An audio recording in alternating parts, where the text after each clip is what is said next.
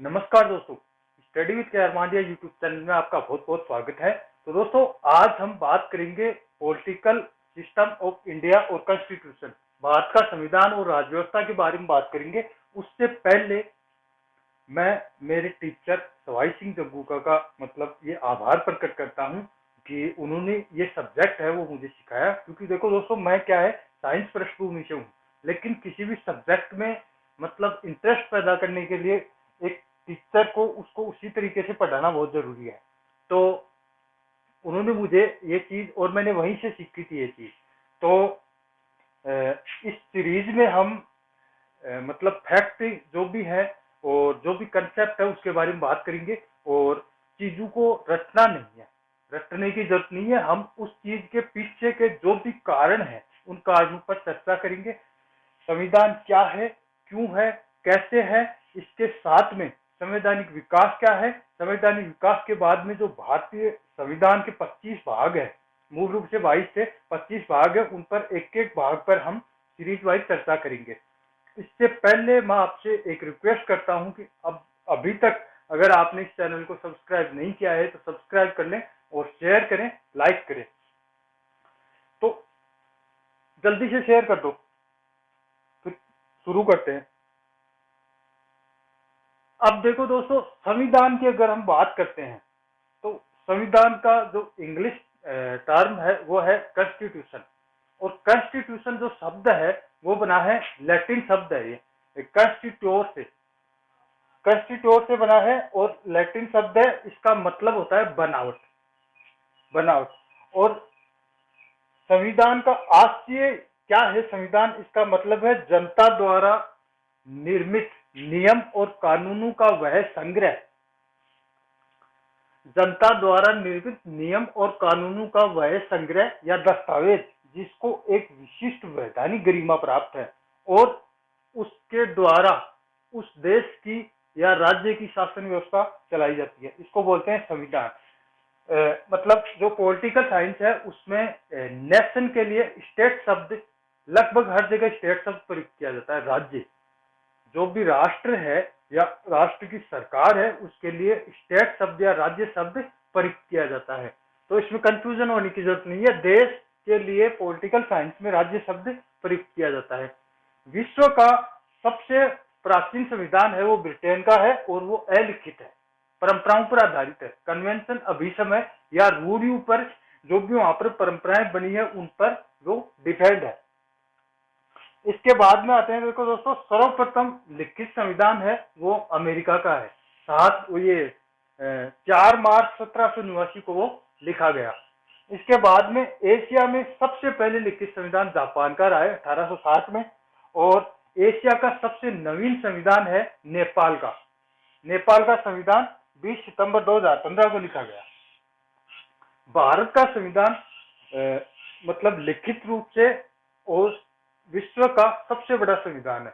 और इसका जो इसको लिखा गया था, इसकी कैलीग्राफी या इसका सुलेखन है वो प्रेम बिहारी रायजादा ने किया था। मूल रूप से है ना, भारतीय संविधान को अंग्रेजी भाषा में लिखा गया था और इसका हिंदी वर्जन है ना, हिंदी वर्जन वो वसंत कृष्ण वैद्य द्वारा लिखा गया। अब मूल रूप से अंग्रेजी में लिखा गया। इसके अनुच्छेदों की प्रतिलिपि, इसकी कॉपी है वो चांदी के पन्नू पर भी लिखी गई है और ये इसमें लगभग 7.5 किलो चांदी लगी थी। ये तो हो गया अपना, देखो संविधान क्या है। अब हम बात करते हैं कि संविधान की जरूरत क्या है, या हम संविधान को क्यों पढ़ते हैं, या एक राष्ट्र के लिए संविधान की जरूरत क्या है, उसके बारे में हम बात करते हैं। सबसे पहला पॉइंट है, संविधान तालमेल बढ़ाता है। संविधान तालमेल बढ़ाता है। देखो दोस्तों, प्रत्येक राष्ट्र है ना वो व्यक्तियों से बनता है, वहां के नागरिकों से बनता है और प्रत्येक नागरिक के विचार अलग अलग हो सकते हैं। तो कुछ ऐसे बुनियादी या आधारभूत नियमों की आवश्यकता होती है, कुछ रूल्स ऐसे होने चाहिए जिन पर सभी लोग सहमत हो सकें, क्योंकि सभी लोग सहमत नहीं होंगे तो अव्यवस्था फैल जाएगी। तो लॉ एंड ऑर्डर है, कानून और व्यवस्था को बनाए रखने के लिए सभी लोगों की सहमति होना जरूरी है। ऐसे कुछ रूल्स जिन पर सभी लोग सहमत हो सके। तो कोऑर्डिनेशन और क्रेडिबिलिटी, विश्वसनीयता और तालमेल को बनाए रखने के लिए संविधान की आवश्यकता होती है हमको। दूसरा चीज है मतलब निर्णय लेने की शक्ति का निर्धारण। संविधान हमको ये बताता है कि निर्णय कौन लेगा।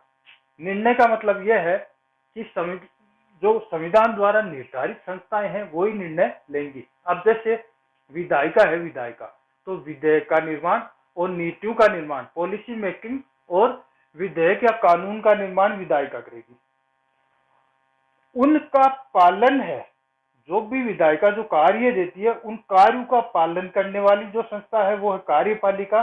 और ये कार्य संविधान के अनुसार या संविधान सम्मत हुए हैं या नहीं हुए हैं, उनका जुडिशियल इंटरप्रिटेशन या उसको बोलते हैं न्यायिक निर्वचन या न्यायिक व्याख्या, वो करती है न्यायपालिका। तो संविधान में जो निर्णय लेते हैं, निर्णय लेने की शक्ति के आधार पर संविधान है ना, उनका निर्धारण करता है। मतलब विधायिका है ना, विधायिका विधेयक या पॉलिसी मेकिंग या नीतियों का निर्माण करेगी या कार्यों का निर्माण करेगी। वो पहले ये बताएगी आपको ये करना है। देखो दोस्तों, ये काम कैसे करता है। जैसे मान लो दो राजनीतिक दल है तो प्रत्येक राजनीतिक दल की एक विचारधारा होती है और उस विचारधारा को जब भी चुनाव आते हैं, लोकतंत्र में क्या होता है, जब भी चुनाव आते हैं उस विचारधारा को वो जनता के सामने प्रस्तुत करते हैं। तो हम लोगों को ये लगता है कि हाँ, इस समय देश की आवश्यकता के लिए या हमारी आवश्यकता के अकॉर्डिंग ये राजनीतिक दल उपयुक्त है सरकार चलाने के लिए, तो हम उसको चुनते हैं, एमपी या एमएलए चुनकर फिर वो हमारी तरफ से संसद या विधानसभा में पॉलिसी मेकिंग का निर्माण, मतलब पॉलिसी का निर्माण करते हैं, विधेयकों का निर्माण करते हैं या कानूनों का निर्माण करते हैं। इसके बाद में निर्माण करने के बाद में उन कार्यों का पालन कौन करवाएगा, वो काम करती है कार्यपालिका। और वो कार्य संविधान के अकॉर्डिंग या संविधान के अनुसार हुए हैं या नहीं हुए हैं, उनकी व्याख्या करने का कार्य करती है न्यायपालिका, जुडिशियल इंटरप्रिटेशन। अब जो तीसरा पॉइंट लेंगे वो है सरकार की शक्तियों की सीमा का निर्धारण करती है। देखो दोस्तों, सत्ता है ना, सत्ता की प्रकृति होती है कि वो तानाशाह भी हो सकती है। तो सरकार की जो पावर्स हैं उन पर लिमिटेशन भी संविधान ही लगाता है। कैसे, जैसे मान लो अपन नागरिक हैं तो हमने उनको चुनकर भेजा है, तो उनसे सुरक्षा के लिए हमें क्या मिले हुए हैं, भाग 3 में मौलिक अधिकार या फंडामेंटल राइट्स मिले हुए हैं। तो मूल अधिकार है ना, मूल रूप से उनको उनकी प्रवृत्ति को नकारात्मक भी बोला जाता है। वो नकारात्मक इसलिए बोला जाता है क्योंकि राज्य या स्टेट की जो पावर्स है उस पर लिमिटेशन लगाता है कि आम नागरिकों के जो भी अधिकार है या नैसर्गिक या प्राकृतिक अधिकार, मूल अधिकार जो भी है, आप उनका उल्लंघन या अतिक्रमण नहीं कर सकते। तो सरकार की शक्तियों की सीमाओं का निर्धारण है ना, वो संविधान करता है। उदाहरण भाग 3 मूल अधिकार। अब आगे है सरकार की आकांक्षाएं और लक्ष्य। देखो दोस्तों, संविधान है ना, संविधान वो सरकार को यह भी बताता है कि नागरिकों को, मतलब जो देश के नागरिक हैं, उनकी आकांक्षाएं और लक्ष्य क्या हैं और उनको किस प्रकार से पूरा किया जा सकता है। अब देखो मतलब उदाहरण देता हूं, भाग 4 है ना, भाग 4 अपना राज्य के नीति निर्देशक तत्व है। राज्य के नीति निर्देशक तत्व और मौलिक कर्तव्य, उनकी प्रकृति सकारात्मक है। सकारात्मक इसलिए है क्योंकि वे स्टेट को ये मतलब ये देते हैं कि निर्देश देते हैं, स्टेट को निर्देश देते हैं कि आप इस प्रकार की पॉलिसी बनाओ। तो सरकार की जो आकांक्षाएं और लक्ष्य हैं, सरकार नहीं, या जनता से ही रहेगा। जनता की आवश्यकताएं और लक्ष्य उनका निर्धारण करता है। और पांचवा जो पॉइंट है उसको लेंगे राष्ट्र की बुनियादी पहचान। अब देखो दोस्तों, कोई भी देश है उसका एक ज्योग्राफिकल एरिया होता है, भौगोलिक इकाई होती है। देखो 8 डिग्री 4 से 37 डिग्री 6 उत्तरी अक्षांश और 68 डिग्री 7 से 97 डिग्री 25 पूर्वी देशांतर के बीच में एक भौगोलिक इकाई है, भौगोलिक इकाई है। ये भारत की मतलब जो विस्तार है उसका भौगोलिक विस्तार दे रखा है, लेकिन इसको एक बुनियादी पहचान कहां से मिलेगी, वो संविधान से मिलेगी। कैसे, भारत का संविधान है उसका भाग 1 और अनुच्छेद 1 भारत जो कि इंडिया है राज्यों का संघ होगा। तो राष्ट्र की एक बुनियादी पहचान वो हमें संविधान से मिलती है। अब आगे है कि संविधान का सफल प्रचलन या कैसे। अपन ने पढ़ा क्या है संविधान, क्या है और संविधान क्यों है, क्या जरूरत है हमें संविधान को पढ़ने की, वो चीज हमने देखी है। अब इसमें आगे देखेंगे हम कि कैसे, कैसे का मतलब एक सफल संविधान को प्रचलन में कैसे लाया जाता है, या एक सफल संविधान के गुण क्या होते हैं, कैसे एक संविधान सफल हो जाता है। तो उसके लिए सबसे पहली चीज है संविधान के मौलिक प्रावधान। देखो मौलिक प्रावधान से आशय यह है कि संविधान में प्रत्येक वर्ग, समाज का प्रत्येक वर्ग है, उसकी सुरक्षा के लिए प्रावधान दिए हुए हैं, तभी हम संविधान का आदर करते हैं। संविधान का आदर करने का कारण खुद संविधान है। समझ रहे हो इस चीज को, कैसे है। जैसे मान लो अपना इंडिया है, यहाँ पर हिंदू बहुसंख्यक है, इसके अलावा मुस्लिम, जैन, बौद्ध और ईसाई ये अल्पसंख्यक धर्म है। तो अगर इस संविधान में ये प्रावधान दिए जाएं कि बहुसंख्यकों को ये विशेषाधिकार होंगे, या मतलब जो अल्पसंख्यक है उनका शोषण या उत्पीड़न किया जाएगा, या जो भी चीजें होंगी, तो उन अल्पसंख्यकों के पास में ऐसा कोई रीजन नहीं है कि वो संविधान का आदर करें। तो संविधान क्या है, संविधान के जो मौलिक प्रावधान है वो उसको सफल बनाते हैं। सफल संविधान के गुण मतलब कैसे में हम एक चीज दे देंगे, सफल संविधान कैसे होगा, संविधान को सफल कैसे बनाया जा सकता है।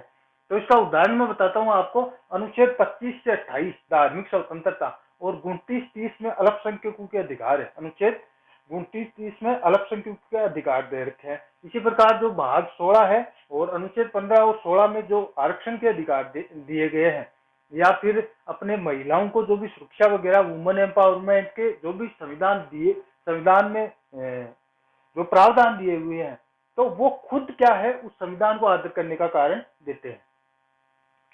दूसरा है दोस्तों, संस्थाओं की संतुलित रूपरेखा होना जरूरी है। कार्यपालिका संस्थाओं की संतुलित रूपरेखा का मतलब यह है कि मतलब सरकार के जो 3 आधारभूत स्तंभ है, कार्यपालिका, न्यायपालिका और विधायिका, उनमें देखो बैलेंस होना बहुत जरूरी है। बैलेंस इसलिए जरूरी है क्योंकि लॉ एंड ऑर्डर, कानून और व्यवस्था उससे बनी रहती है। और बैलेंस के लिए यह जरूरी है कि संविधान उनकी सीमाओं का निर्धारण कर देता है। जैसे न्यायपालिका है तो विधायिका उसकी आलोचना नहीं कर सकती, और समझ रहे हो आप। और अगर कभी कभी कोई सी संस्था मतलब संविधान द्वारा प्रदत्त, अगर सरकार की कोई सी संस्था उस लिमिटेशन को क्रॉस करती है, अतिक्रमण करती है, तो दूसरी संस्था उसको रोक लेती है।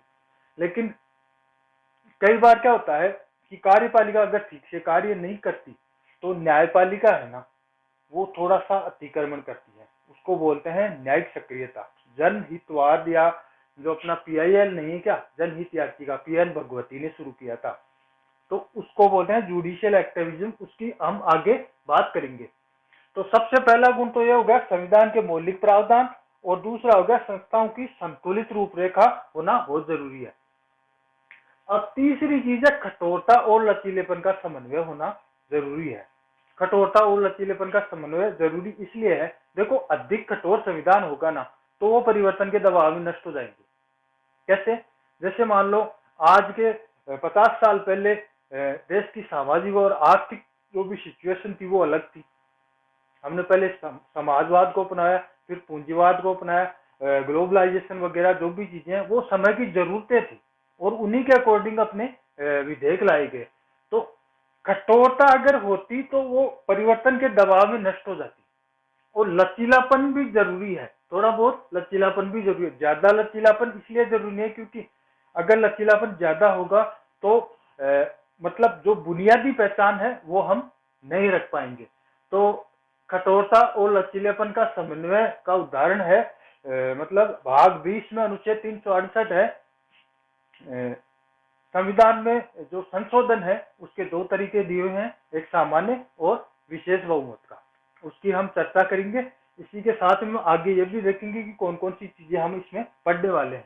अब देखो एक चीज और है, संविधान का पिता फादर ऑफ कॉन्स्टिट्यूशन ये बोला जाता है जेम्स मैडिसन। अमेरिका के चौथे राष्ट्रपति थे ना, फोर्थ राष्ट्रपति, उनको फादर ऑफ कॉन्स्टिट्यूशन बोला जाता है, जेम्स मैडिसन को। उन्होंने काम क्या किया था, धार्मिक स्वतंत्रता और जो अमेरिका का फेडरेशन है, परिसंघ, उसकी मजबूती हेतु लेखों में सुधार का कार्य किया था, इसलिए इनको फादर ऑफ कॉन्स्टिट्यूशन बोला जाता है, जेम्स मैडिसन को। अब देखो दोस्तों, इसमें ये चीज हो गई। अब देखेंगे हम इसमें आगे कौन कौन सी चीजें देखेंगे, मतलब इसमें क्या क्या हम पढ़ने वाले हैं एज ए इंडेक्स में, आपको वो चीजें अभी बता रहा हूं। और उससे पहले आप चैनल को लाइक, शेयर और सब्सक्राइब करें। देखो दोस्तों, चैनल को उठाने की जिम्मेदारी आपकी है, कंटेंट की जिम्मेदारी मेरी है। जो भी चीजें बताऊंगा बिना किसी आपकी कंसेप्ट है ना, वो बिल्कुल क्लियर करवा दूंगा। फैक्ट हो सकता है एक आधे ज्यादा हो जाए, एक आधे कम हो जाए, तो आपके पास जो भी नोट्स वगैरह हैं उनमें आप एडिटिंग करते रहना। तो हम आगे देखते हैं कि इसमें क्या क्या लेंगे।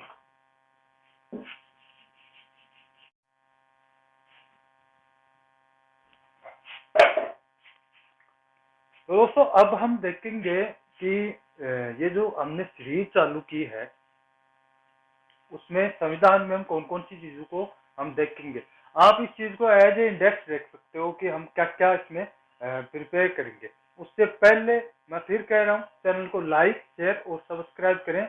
और मेरे को कम से कम इस वीडियो पर 5 के व्यूज और 5 के लाइक चाहिए। तो हम फिर इससे मतलब थोड़ा सा क्या है, देखो मेरे को मोटिवेशन की जरूरत है। आप खाली पॉकेट में ये चीजें लेना चाहोगे तो वो होगा नहीं। कैसे नहीं होगा मैं बताऊं, क्योंकि ये जो चीज मैं दे रहा हूं ना आप लोगों को, ये मेरे 8 साल की मेहनत है। और ये चीज आपको कोचिंग वाले या कोई भी इंस्टीट्यूट मान लो अपने ऐप में देंगे, बिना पैसे लिए नहीं देगा कोई चीज। तो इसके लिए आपको एक चीज बता दूं कि आप लाइक, शेयर और सब्सक्राइब जरूर करें। अब देखो दोस्तों, इसमें जो संविधान है ना, इसमें मैंने पहले ही बोला है आपको, एक एक टर्म है ना, जो भी टर्म है उसका रीजनेबल मतलब जो रीजन है वो देखेंगे, उसके पीछे की कहानी देखेंगे, इसके पीछे का कारण क्या है, उन चीजों को देखेंगे हम। तो सांख्य दर्शन है ना, सांख्य दर्शन, उसमें भी एक टर्म है कार्य कारणवाद, बिना किसी कारण के कोई कार्य नहीं होता। और बौद्ध में भी एक टर्म है प्रतीत समुत्पाद प्रतिपदा। इसका मतलब यह है कि इसके कारण इसकी उत्पत्ति हुई है। तो संवैधानिक विकास हो या जो भी चीज है, उसका जो भी रीजन है उसको देखेंगे। इसका फायदा यह होगा कि आपको रटने की जरूरत नहीं पड़ेगी, और दूसरा आपका जो भी फंडामेंटल कंसेप्ट है वो क्लियर हो जाएगी। अब इसके बाद में आपका जो ढांचा बन जाएगा ना, खोपचे, दिमाग के जो खांचे है ना, अगर वो बन जाएंगे, फिर उनमें फैक्ट डालने में अपने को कोई दिक्कत नहीं होगी, फैक्ट आसानी से याद हो जाएंगे। तो ये चीज है। अब देखो, सबसे पहले है ना, अपन देखेंगे कंपनी का मतलब जो संवैधानिक विकास है। कॉन्स्टिट्यूशन में सबसे पहली चीज जो हम देखते हैं वो संवैधानिक विकास। अब भारत का जो संवैधानिक विकास है उसमें सबसे पहले आता है 1773 का एक्ट, जिसको बोलते हैं रेगुलेटिंग एक्ट। अब इसको रेगुलेटिंग एक्ट क्यों बोलते हैं, इसका कारण क्या था, रेगुलेटिंग एक्ट बोलने का कारण क्या था, इसके कारणों को देखने के लिए सबसे पहले हमें देखो, संवैधानिक विकास के साथ में एक प्रॉब्लम है। प्रॉब्लम यह है कि संवैधानिक विकास और मॉडर्न हिस्ट्री, भारत का आधुनिक इतिहास है ना, उसको अगर आप ज्वाइंट करके नहीं पढ़ोगे ना, तो वो चीजें आपको क्लियर नहीं हो पाएंगी, क्योंकि कारण दोनों को ज्वाइंट करने से ही समझ में आएंगे। अब देखो, 1773 का रेगुलेटिंग एक्ट है ना, इसको लाने के पीछे है ना, कंपनी का जो संगठन है उसको देखना पड़ेगा कि कंपनी का संगठन कैसा था। उसके बाद में भारत में कंपनी को खाली व्यापार करने के उद्देश्य से भेजा गया था, और कंपनी करने लग गई क्या, प्रशासनिक और राजनीतिक कार्य। तो उनका जो हिस्ट्री है, जैसे शाह आलम द्वितीय से जो शुरू होता है कंपनी का राजनीतिक कैरियर, उसके बारे में हम बात करेंगे। दीवानी, फौजदारी अधिकार, और जो इलाहाबाद की संधि थी उसमें क्या क्या टर्म्स थी, तो कंपनी ने किस प्रकार लॉर्ड कॉर्नवालिस था ना, उसके दिमाग की क्या उपज थी, जो दोहरा शासन लगाया गया उसमें कंपनी खुद भी बर्बाद हो गई और भारतीय व्यापार को भी बर्बाद कर दिया। उसके पीछे के जो रीजन है वो मैं आपको सब चीजें दूंगा और कहानी के रूप में बताऊंगा, एज इट इज याद जाएंगी यही की है। जो 1773 का रेगुलेटिंग एक्ट है ना, उसको रेगुलेटिंग एक्ट क्यों बोलते हैं इसका मैं आपको रीजन बताऊंगा। इसके बाद में 1784 का पिट्स इंडिया एक्ट, उसमें कोर्ट ऑफ डायरेक्टर और बोर्ड ऑफ कंट्रोल बनाया गया। तो कोर्ट ऑफ डायरेक्टर और बोर्ड ऑफ कंट्रोल को अलग से क्यों बनाया गया, इसके पीछे के रीजन क्या थे, वो चीजें हम इसमें आने वाली सीरीज में हम देखेंगे। इसके बाद में है ये 1786 का एक्ट, 1793 का एक्ट, 1813 का चार्टर एक्ट है, 1833 का और 1853 का चार्टर एक्ट। तो इनमें क्या है, कर्मिक रूप से कंपनी के जो व्यापार थे उन पर प्रतिबंध लगाया गया था। क्यों लगाया गया था, क्योंकि कंपनी राजनीतिक रूप से कार्य करने लग गई थी। कब से, 1773 से ही। लॉर्ड कॉर्नवालिस को, वो देखेंगे हम, A to Z सीरीज देखेंगे। इसके बाद देखो ब्रिटिश ताज के थे, ब्रिटिश ताज है ना, 1857 की क्रांति हुई। तो उसके बाद में भारत के शासन को बेहतर करने के लिए 1858 का जो एक्ट लाया गया, उसके बाद में 1861, 1892 और 1909 का मार्ले मिंटो सुधार। देखो इसमें एक चीज और भी थी, 1858 के बाद में जैसे जैसे भारतीयों ने है ना राजनीतिक जागृति आई और अंग्रेजी को दबाना शुरू किया ना, तो वैसे वैसे उन्होंने सुधार के रूप में एक एक चीज देते गए। तो इसका क्रमिक विकास हुआ। 1919 का माउंटेन्यू चेम्सफोर्ड जो अधिनियम था, जिसको द्वैध शासन अधिनियम भी बोलते हैं, उसके बारे में बात करेंगे। भारत शासन अधिनियम 1935 है, उसके बारे में बात करेंगे। फिर अगस्त प्रस्ताव 8 अगस्त 1940 को आया, क्या रीजन रहे, क्रिप्स मिशन 1942, राजगोपालाचारी फार्मूला क्या था, जुलाई 1944 में आया, क्या रीजन रहे, वेवल योजना शिमला सम्मेलन 25 जून 1945 को। और इसके बाद में कैबिनेट मिशन 23 मार्च 1946, माउंट बेटन योजना 3 जून 1947, भारतीय स्वतंत्रता अधिनियम 8 जुलाई 1947। इसके बाद में है वो अंतरिम सरकार, कैबिनेट मिशन के दौरान जो सरकार बनी उसमें कौन कौन क्या क्या मंत्री रहे उनके बारे में बात करेंगे, काफी बार पूछा जाता है। और संविधान सभा, इसका निर्वाचन, इसकी समितियां कौन कौन सी रही उसके बारे में बात करेंगे।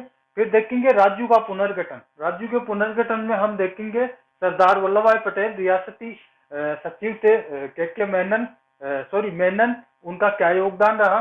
और 1947 में जो एस के धरा आयोग था, उन्होंने क्या सिफारिश की।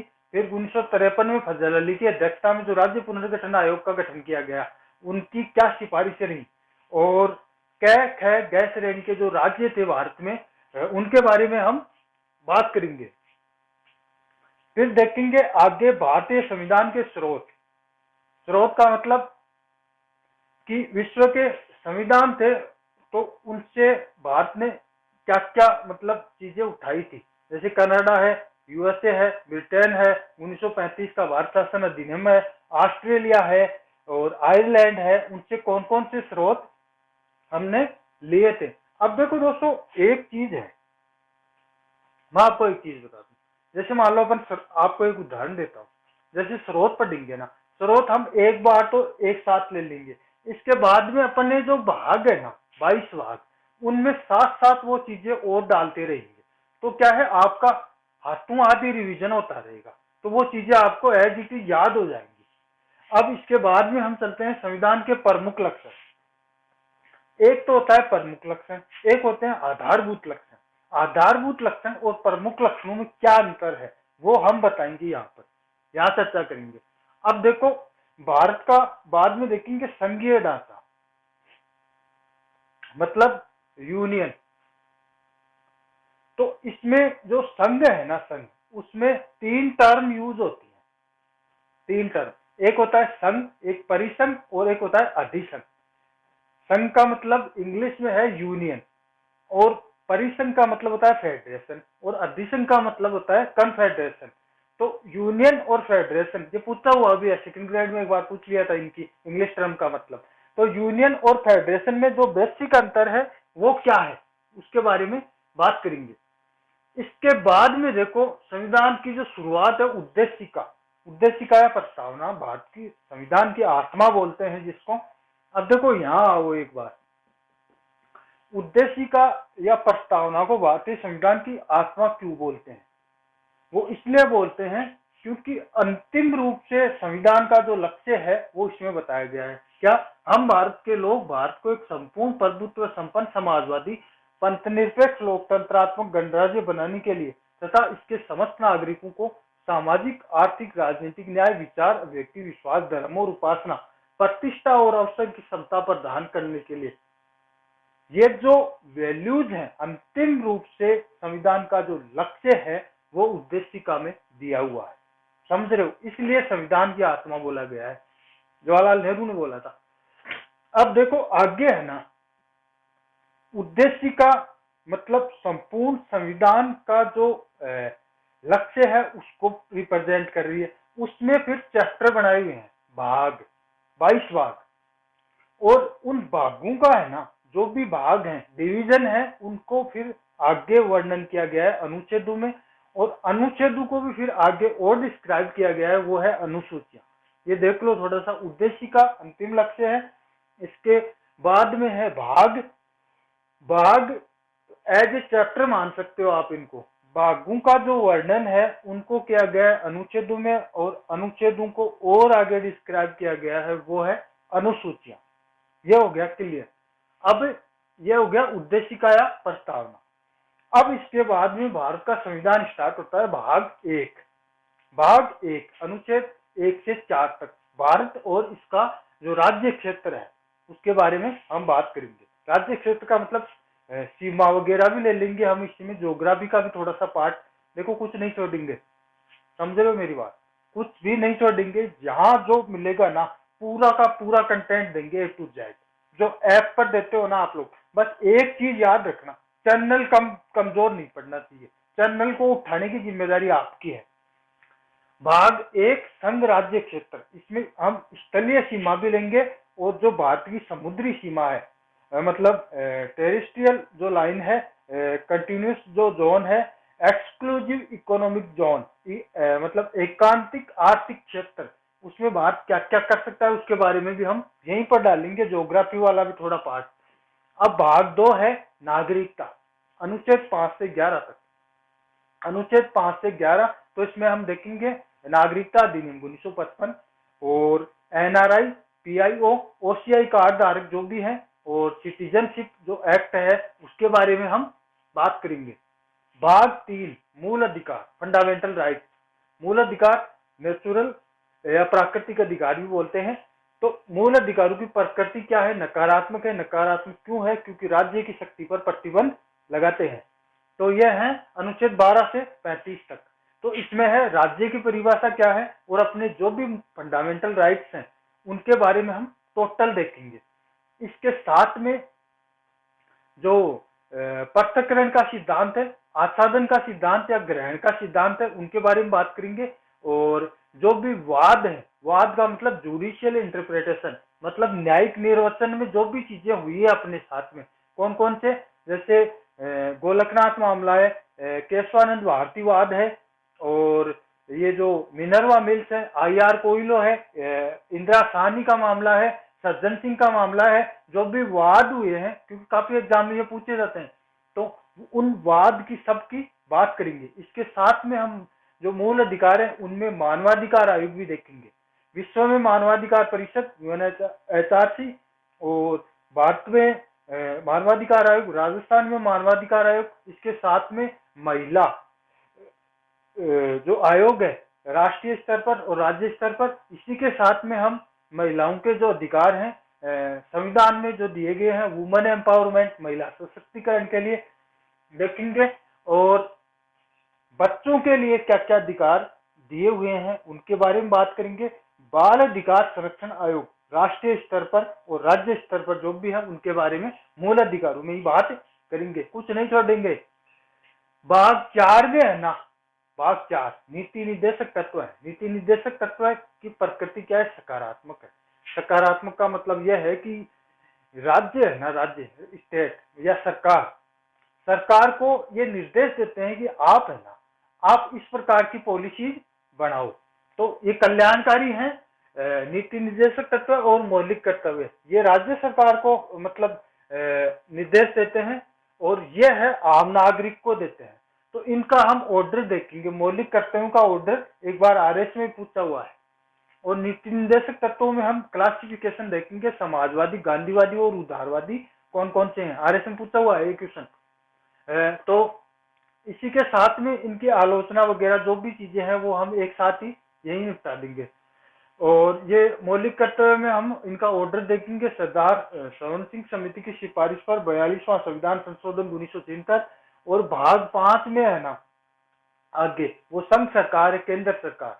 इसमें जो राष्ट्रपति है, उपराष्ट्रपति है, केंद्र सरकार है, मंत्रिपरिषद, महान्यायवादी और जो मतलब ये संसद है, संसद को देंगे अनुच्छेद 79 से 123 तक संसद, उसकी समितियां देख लेंगे, विधेयक देख लेंगे। विधेयक का मतलब है साधारण, वित्त विधेयक, धन विधेयक और बजट को भी निपटा देंगे। बजट को भी यही ले लेंगे, पूरे बजट को, बजट की जो भी कंसेप्ट है उसको यही हम निपटा देंगे, मतलब कुछ नहीं छोड़ेंगे। भाग 6 में है ना वो राज्य सरकार है। तो राज्य सरकार में हम विधानसभा, विधान परिषद, राज्य के मतलब उच्च न्यायालय और अधीनस्थ न्यायालय वगैरह जो भी राज्य सरकार के अंडर में जो भी चीजें आती हैं वो सारी देखेंगे। इसके बाद में देखेंगे संघ राज्य क्षेत्र। भाग 8 में आता है संघ राज्य क्षेत्र, मतलब केंद्र शासित प्रदेश भाग 8 में आएंगे। अनुच्छेद भी दिए हुए हैं मेरे, आप इनको एक काम करना, आप इसका स्क्रीनशॉट ले लेना और पहले है ना, पहले डायरेक्ट अंदर मत घुसना सब्जेक्ट के। पहले मैं आपको फिर बता रहा हूँ, कोई भी सब्जेक्ट उठा लो उसमें डायरेक्ट अंदर नहीं घुसना है। पहले उसका बेसिक या आधारभूत ढांचा बनाओ, फिर फैक्ट है ना, फैक्ट एज ए पत्ती है। पहले पेड़ बना लो, पेड़ के बाद में जो भी फैक्ट है वो एज ए पत्तियों के जैसे हैं तो उनको हम लगा देंगे। समझ रहे हो मेरी बात को। अब भाग 9 में पंचायती राज व्यवस्था है। तो पंचायती राज व्यवस्था में हम सामुदायिक विकास कार्यक्रम 1952, बलवंत राय मेहता समिति, अशोक सिंघवी समिति, जो भी समितियां हैं उसके संवैधानिक प्रावधान, जवाहरलाल नेहरू बगदरी गांव 2 अक्टूबर 1959 वगैरह जो भी हैं वो देख लेंगे, यहीं पर पूरा निपटा देंगे। इसके साथ साथ पंचायती राज में हम इतिहास में भी देखेंगे। इतिहास में जैसे मतलब ब्रिटिश शासन में क्या था, उससे पहले मुगल शासन में क्या था, गुप्तों के समय में क्या था, मिडाइवल या एनिशियंट इंडिया जो भी है उसमें पंचायती राज व्यवस्था के बारे में क्या क्या प्रावधान थे उनके बारे में हम यहीं पर बात कर लेंगे। 243 ए से ओ तक अभी पूछा भी है, किसमें, ये जो अभी ग्राम सेवक था उसमें पूछा था, ए से ओ तक कै, या इंग्लिश में कैसे अना तक। अब भाग 9 नगरीय स्वायत्त शासन है। 243 मतलब ए से ओ तक तो वो हो गया, पी से जेड तक नगरीय स्वायत्त शासन है। फिर भाग है 10 में SC/ST के कुछ विशेष क्षेत्र हैं उनके बारे में बात की हुई है। अब देखो भाग 11 और 12 में है ना प्रशासनिक संबंध है, केंद्र राज्य संबंध है, केंद्र राज्य संबंध।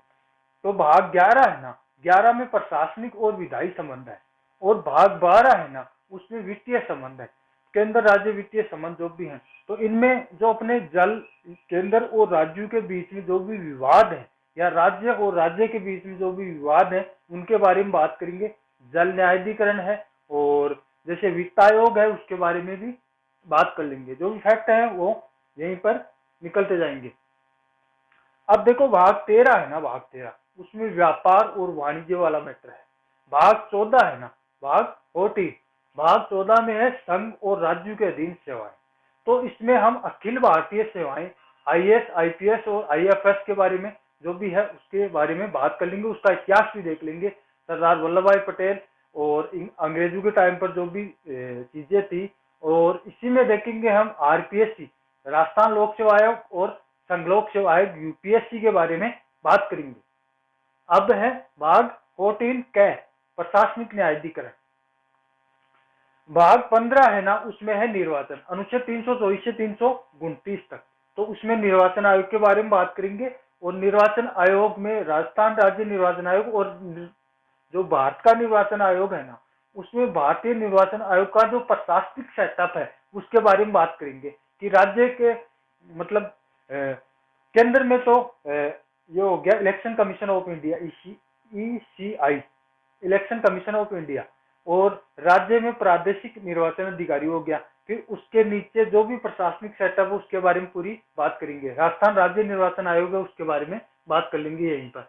भाग 16 है ना, कुछ विशेष मतलब वर्ग है उनके बारे में प्रावधान है। अब विशेष वर्गों का मतलब यह है SC/ST आयोग है ना, राष्ट्रीय अनुसूचित जाति और अनुसूचित जनजाति आयोग और राष्ट्रीय पिछड़ा वर्ग आयोग।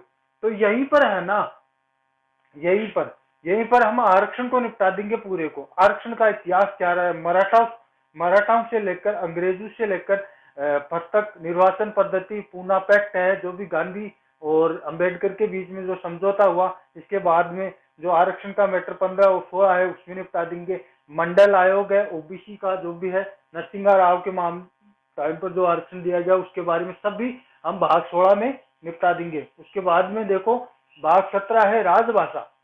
राजभाषा अनुच्छेद 343 से 351 तक है। तो 343 से 351 है तो राजभाषा हिंदी है। हिंदी में है ना, हम हिंदी का जो उत्पत्ति है ना, हिंदी का जो उद्भव है वहीं से करेंगे स्टार्ट, 0 से। कहां से? विश्व के 13 भाषा परिवार, उनमें से भारतीय भाषा परिवार बांद्रेस्टाइन स्थान वो रूस वाला है, वहां से स्टार्ट करेंगे। हिंदी की उत्पत्ति है प्रथम प्राकृत, पाली, द्वितीय प्राकृत जो भी है, संस्कृत वगैरह, और अब राजस्थान तक समेट देंगे, राजस्थानी को भी ले लेंगे लपेटे में। ठीक है। भाग 17 राजभाषा। अब देखो भाग 18 में है आपातकालीन प्रावधान। आपातकालीन प्रावधान 352, 356 और 360। तो 352 में जो सशस्त्र विद्रोह है, आभ्यंतरिक अशांति वगैरह जो भी चीजें हैं वो हम देख लेंगे। अब 19 में प्रकीर्ण अस्थायी संक्रमणशील प्रावधान 21 में, और 22 में है संक्षिप्त पाठ और हिंदी के पाठ है, तो इनका तो कोई मतलब नहीं है। भाग 20 है ना, संविधान संशोधन की प्रक्रिया।